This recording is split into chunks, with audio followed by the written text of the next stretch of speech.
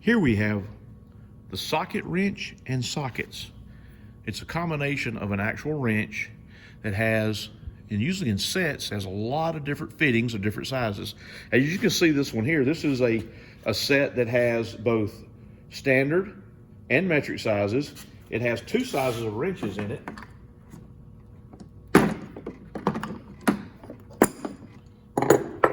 And you would think they're known by the length, but not necessarily. They're actually known by the size of the connector head right here. This is a 3/8 drive, and this one's a 1/4 inch drive. That little square right there is actually 3/8 across, and this little square is 1/4. They make a 1/2 inch drive, they make a 1 inch drive. You'll rarely ever see a 1 inch drive unless you're working on something like a big ship or supersized industrial stuff. But they make these wrenches up 3, 4, 5 feet long, believe it or not. But the most common you're going to see is this 3/8 and this 1/4, and you're probably going to end up on the set a 1/2 inch also for the bigger stuff. They also make, it's not a ratcheting socket wrench, but we call these pull handles.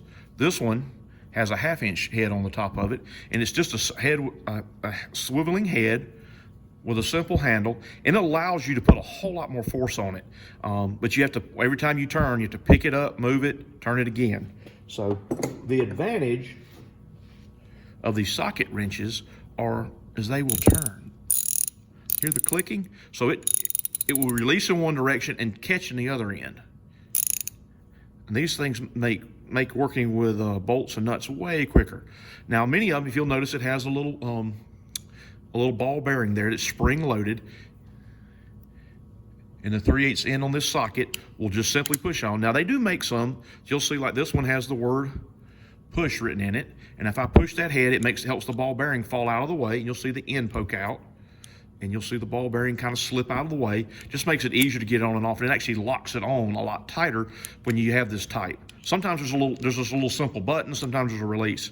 Now socket wrenches will work only in one direction at a time, so you don't have to turn it over like we've been doing with other wrenches. Now this one, as you can hear the clicking noise, it's got a clutch in it, and it just slips, so that when I go to, actually like I'm going to tighten it, it just slips back in that direction. So at this point, it actually is working to loosen. Now, if I turn the little fixture on the head here, flip it over, it'll actually go in the other direction. So that you can work to tighten a bolt, stop, never move it, flip the release, and the clutch will work in the opposite direction. So, what I'm looking for you today, again, we're working with our 3/8 bolt, but it has a 9/16 head. Yes, it does. Find a 9/16 socket, because they will be written on the side. Now, in the world of sockets and wrenches, you can take a metric wrench, and I believe it's either a 14 or 15 inch metric. We'll turn this 9/16 bolt, but I cannot take this 9/16 socket and go turn a 14 millimeter bolt. It just won't work. The distance, there's too much space in the distances there. The metrics are much smaller and more graduated. So you're gonna push the end on this particular one, release the ball bearing, slide the socket in place. You're gonna have to play with it. See, I've got it in loosened, so I've got to adjust it to make sure that I'm tightening. If this time you can see it fits fully down over the head and the throat of that bolt. Now we make what we call deep wall sockets that give you a lot more stability when you're working with a bolt that's protruding longer. Now what I'm looking for you, make sure it's in the tighten mode. And because we don't have a lot of tension, you're probably going to grab the base of the socket itself. 2, 3. I want to see you make 3 good turns. Tightening it. Make sure it will loosen now. Grab the socket, just because it's got to hold tension. Because these things, if the bolt's really loose, it'll just spin around. It won't actually work the clutch.